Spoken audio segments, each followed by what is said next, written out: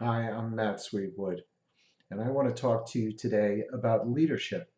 In particular, leading your staff or the people that you work with and finding special qualities in them and understanding when you should maybe let somebody go or not let them go.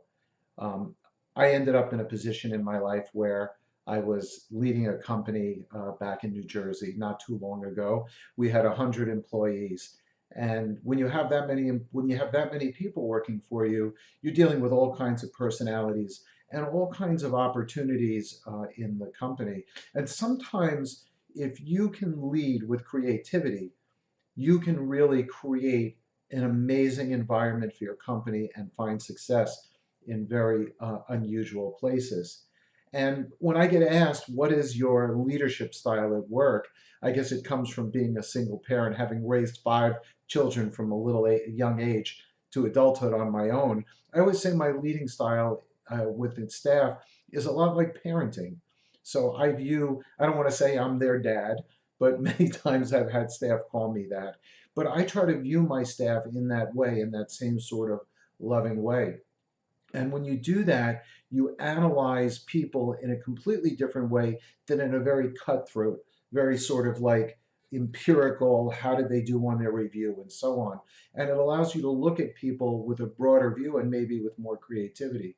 And I think back to a few examples of that company I ran for almost 25 years and exited a few years ago. We're a $100 million company, over 100 employees. And I think back to a few examples. There was a young man that was working in our warehouse, and we had a big warehouse, shipped hundreds of packages, thousands of packages a day. And I watched him, and I saw that when the warehouse manager was out, he would fill in and he would do this. He came to work every day on time. And over time, I kept moving him up. He was a Polish kid from Brooklyn, never really had management experience. But it seemed that every manager, assistant manager I had, when they were out, they'd rely on him. Eventually, over not too long a period of time, I realized he was my guy, made him warehouse manager. And even to this day, he manages one of the largest warehouses of electronics in the country. Many years ago, I hired a graphic designer, also out of Brooklyn, and 23-year-old kid, didn't seem to have much business experience, but he had sort of a sharp mind. He was very creative. I had him do graphic design. To make a long story short, over a few years, I realized that he had a lot of other skills, a lot of other abilities. I went through many marketing directors and so on. Eventually, he became marketing director, and today he's vice president of marketing of a $100 million company. And he did that because he worked on his own and because I saw that talent in him and I kept pushing him along. But I think my favorite story is a young man who came to work for us. He wasn't from Brooklyn, but he was legally blind. And he actually worked in our accounting department. He was an accounting clerk.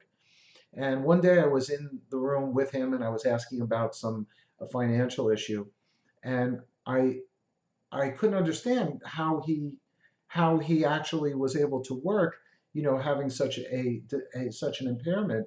And it turns out he had like a photographic memory for figures and numbers and stuff like that. He was totally incredible. Well, over a short period of time, I was very happy to keep promoting him, and eventually he became the finance manager of the company. And so I look at these traits in staff, and I think that you sometimes treat your own children like that. I can think back to my own son. I had a young son who had a little bit of ADHD, and everybody telling me to medicate him and do this and that. And I wasn't going to do that. I wasn't going to follow the normal route.